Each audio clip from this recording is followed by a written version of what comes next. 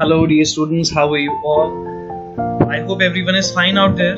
So, as you all know, we were completing our geography lesson, chapter number 14, natural resources, minerals and power resources. Part 5th है ये आपका और यही आपका last part है.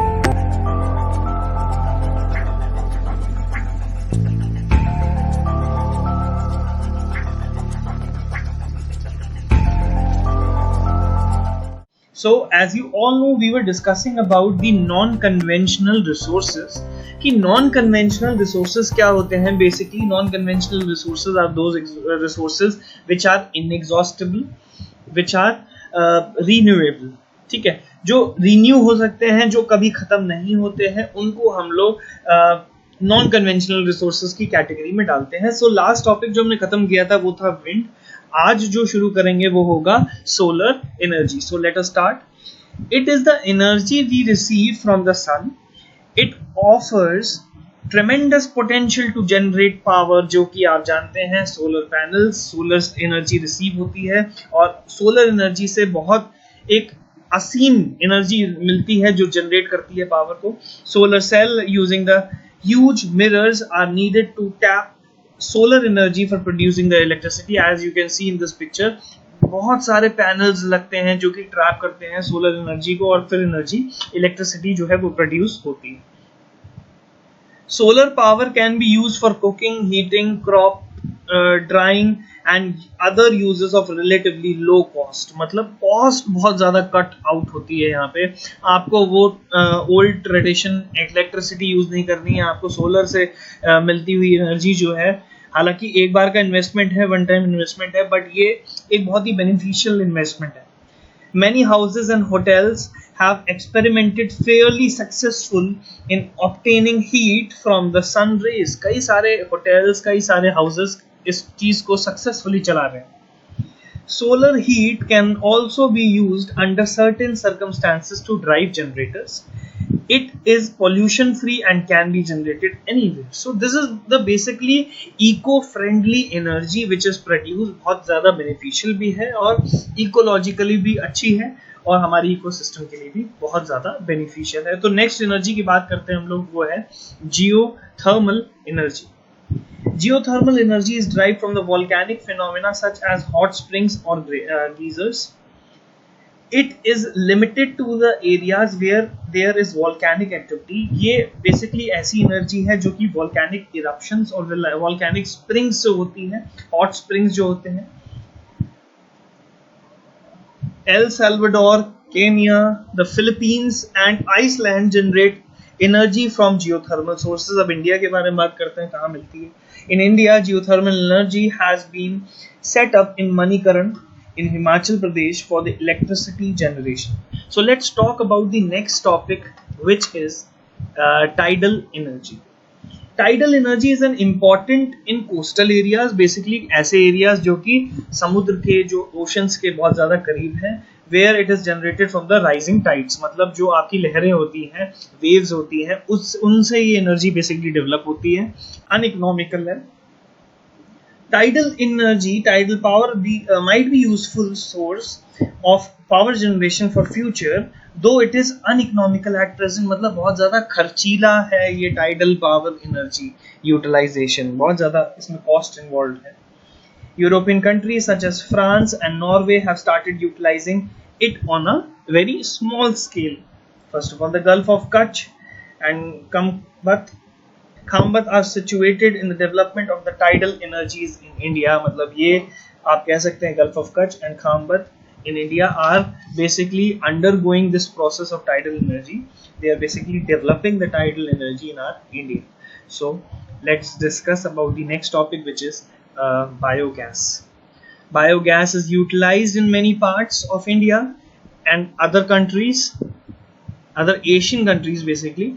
It is generated by using biomass, farm waste such as rice husk, animal and poultry waste in the human excreta. So हम लोग ये कह सकते हैं basically biogas एक ऐसी आप कह सकते हो नॉन कन्वेंशनल रिसोर्स है जो बेसिकली ऐसे बायोमास को यूज करके बन रही है जो कि हमारे लिए वेस्ट है, ह्यूमन वेस्ट, पॉल्यूटरी वेस्ट, मतलब आप कह सकते हो जितने भी कैटल एनिमल्स हैं उनका वेस्ट, ठीक है।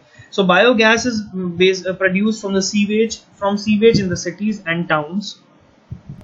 This energy is also used to light homes and street for irrigation and farming in many villages.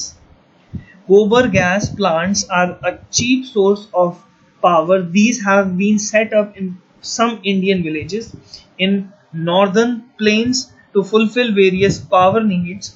Smokeless chulhas stoves using gobar gas are used for cooking and heating. So basically ये एक ऐसी energy है जो कि waste से produce हो रही है, बहुत चीप सोर्स है एनर्जी का. गांव में बेसिकली इसका बहुत ज़्यादा इन्वॉल्वमेंट है, फार्मिंग के लिए इसका बहुत ज़्यादा यूज है. So moving forward to the next slide and I will say the last slide of this chapter and most important topic, conservation of conventional resources. कैसे हम अपने कन्वेंशनल रिसोर्सेज को बचाएं, क्यों इनको बचाना जरूरी है, ठीक है. सो बात करते हैं इसके बारे में. There is an urgent need for conservation of conventional mineral and power resources.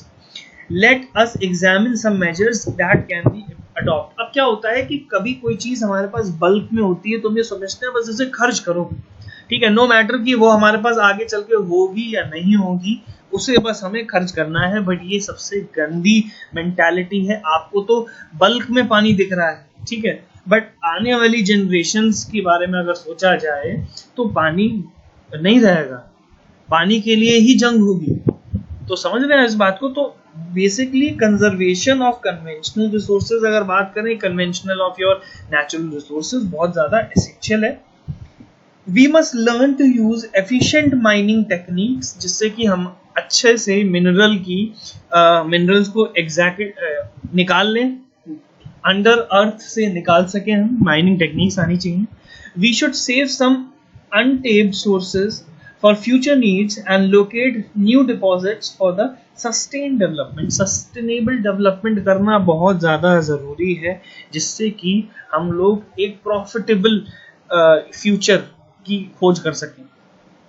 We must conserve the comparatively scarce metal such as copper by finding substitute which are abundantly supplied such as bauxite. So क्या होता है कि उन minerals को बचाना जरूरी है जो कम क्वांटिटी में हमारे पास है, फॉर एग्जांपल कॉपर, और उनका अल्टरनेट जो है वो यूज करना शुरू हो जाए, जैसे कि bauxite.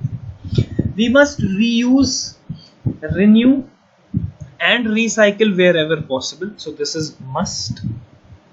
We need to switch to the renewable resources of energy such as wind, sun, tides and geothermal energy in place of fossil fuels wherever and whenever possible. So as I told you, जितनी चीज हमारे पास abundantly है, bulk में है, उसका efficient use हम लोग करें, ना कि उस चीज का जो हमारे पास scarce quantity में, scarce value में. So this was all about your chapter. I hope you have all enjoyed the chapter. So I'll be posting out the question answers and few exercises portion. Till then you have to read your page number 153 and 154 as well as your complete chapter. So thank you so much for watching.